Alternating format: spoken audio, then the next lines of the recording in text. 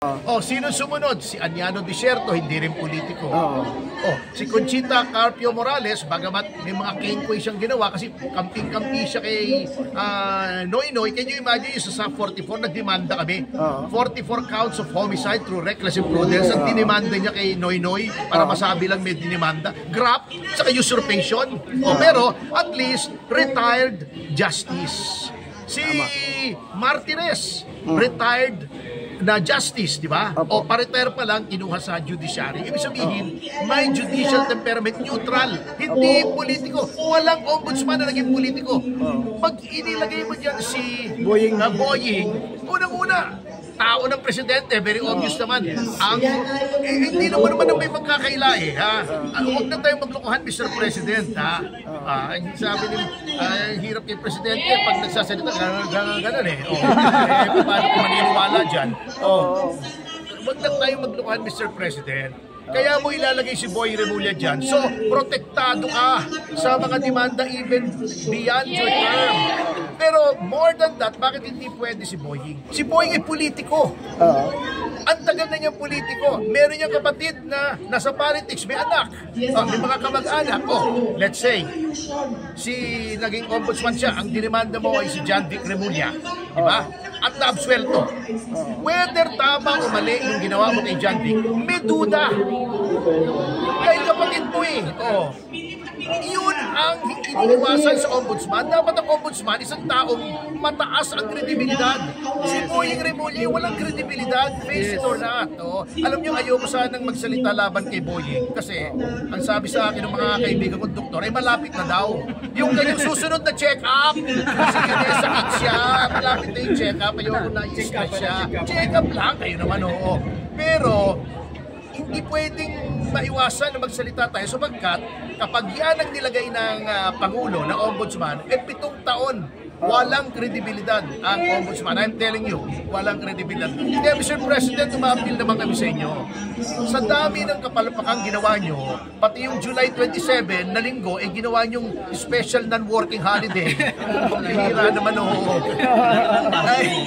labo. Hindi balik nyo na lang ang pagkakamali nyo. Yung linggo, ginawa nyong holiday. Okay na, mapapalampas na namin yun. Pero huwag ka sana kayo magkakamali na gawing ombudsman si Boying Remulla. Otherwise, you can flush your credibility down the drain. Attorney Topacio, di ba kayo ngayon ang spokesperson ng PDP? Para lang po sa impeachment. Para sa overall po, ang boss ko rito ay si Attorney Raul Lambino. To be clear po, para sa impeachment lang po yun. Okay. Thank you po, Attorney Topacio. And then ano po yung masasabi nyo na ilang araw po bago lumabas si Attorney Claire Castro kasi hindi pa agad siya nagpa-press briefing, kinabukasan pa po.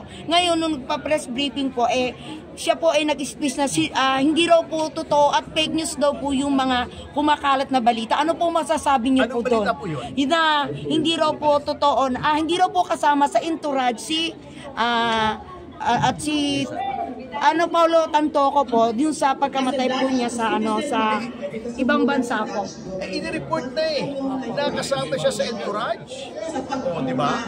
Yun po ang sabi niya. At mga fake news daw po yung journalist. Ano po masasabi ninyo? So, fake news ang Inquirer, fake news ang Philippine Star, fake news ang Manila Times, Daily Tribune kasi matagal nang nai-report yan na nandun sila for Manila International Film Festival kasama si Paulo Tantoco. Pero iwanan ko na doon yun kasi hindi po saklaw ng aking authority dito sa PDP. Pero ang akin, nananawagan na rin tayo sa Pangulo natin. Di ba nag-courtesy resignation niya si Claire Castro. Mr. President, umaapila po ako sa inyo. Huwag mo ikakalin si Claire Castro. Alam niyo kung bakit? Sapagkat mawawala po kami ng source ng katatawanan. Alam niyo, mahirap ang buhay at bahana naman ngayon, mataas ang presyo ng bilihin at traffic. Ang dami pong naghihirap, ang taas ng self-rated poverty. Ang konsolasyon na lang po namin, ang konsuelo na lang namin, may magpagtawanan kaming galing sa Malacanang bukod sa inyo. So, huwag na po tanggalin si Claire Castro, utang na loob. Hindi naman po lahat ng tao nakakabayad sa Netflix para manood ng comedy, mga stand-up. Pinagtsatsagaan na po namin si Claire Castro. Parang awa nyo na. Hayaan nyo naman kaming matawa. Once a day. Saka pwede po ba si Claire Castro na lang lagi nagsasalita? Wala nang iba. Salamat. Message lang po natin sa sa sambayan ng Pilipino po, Atty. Topacio. And seriously, ang panawagan ko po sa mga Pilipino, wag po tayong pumayag dito po sa pagmura ng ating mga karapatan itong pamahalang ito. May nagsabi po na American jurist, the liberties of none are safe unless the liberties of all are protected. Ngayon po, ginawa yan kay Pangulong Duterte na dating Pangulo. Gusto nilang gawin kay Senator Bato. What is to prevent them from doing that to you? Hindi nyo malaman kung sino sa inyo susundin ang isusunod.